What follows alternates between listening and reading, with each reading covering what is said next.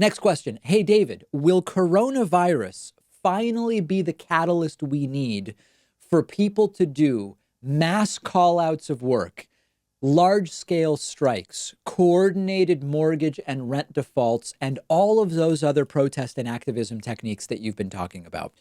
Beautiful question. I have talked about those techniques before. I've said many, many times, signing petitions online, okay, calling your elected officials, great.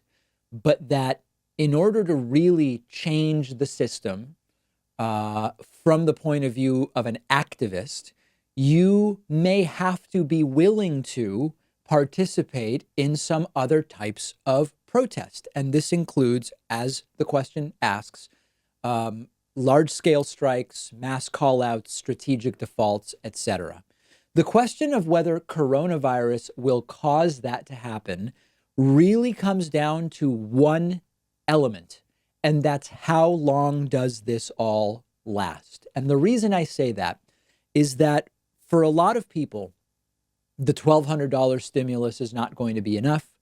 People on unemployment will be able to remain afloat, treading water, assuming that this doesn't last that much longer than what the models suggest.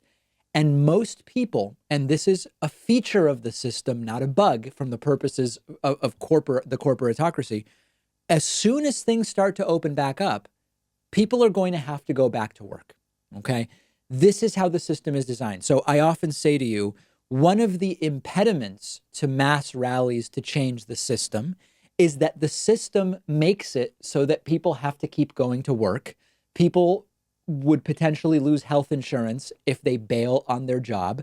The system is insulated from being changed by how it sort of controls the people that are working within the system. So in the same way, right now, a lot of people are staying home.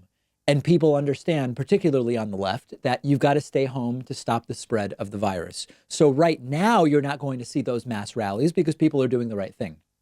Once things start to open up, the people who have been staying home are also likely to understand the importance of getting back to work to feed their families and to get caught up with rent or mortgages or whatever the case may be. So the system has a way of perpetuating itself by always making it difficult and inconvenient and very risky to actually go out and do that type of protesting. Now, as far as, formal rent strikes, for example, a coordinated rent strike would be large swaths of people say, we are not paying rent on this day, or we are not paying our mortgages on this day, a strategic mortgage default.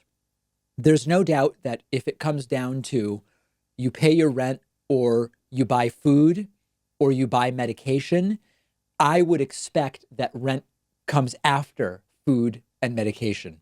Of course, every situation is different. Depends what is the medication. I get it. But generally speaking, that is probably the case. But remember, evictions have been slowed down or stopped in many areas. There are places that have done rent and mortgage deferrals. Now, importantly, that's not forgiveness. A lot of people, I hope, are understanding, but I fear that some people are not. When you talk about a rent deferral for 3 months, that means you don't pay April 1, May 1, June 1 rent.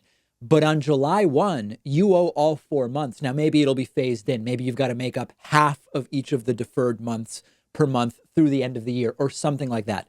Still, a lot of it is up in the air. But those deferrals are only deferrals. It is not forgiveness. And that is going to be a problem on the tail end for a lot of people. If you needed to defer 1 month of rent, are we likely to imagine that you're going to be able to afford 4 months of rent on July 1st? It doesn't strike me that way.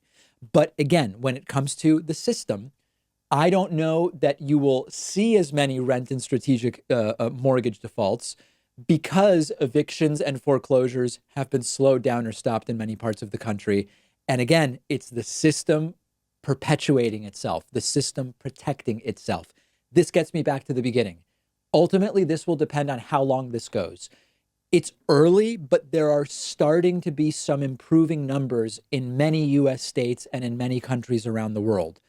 Social distancing must remain, but it is not crazy to think that at some point in the not too distant future, I allow the doctors to tell us when, I'm not even going to speculate, some elements of the economy may be ready to be opened back up, including with young workers, people who test positive for antibodies, meaning they've already built an immunity to the coronavirus, et cetera.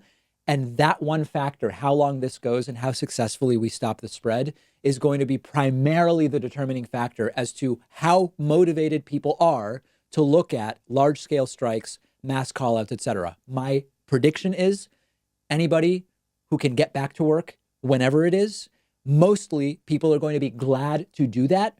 And given the choice between starting to earn money immediately or going and striking, most people, I'm not saying this is good or bad, I'm just saying most people are going to choose to get back to work and to start earning money. That's my prediction. Let me know if you disagree. Let me know what you think should happen with regard to mass rallies and callouts. We've got a fantastic bonus show for you today. Get instant access by becoming a member at joinpakman.com.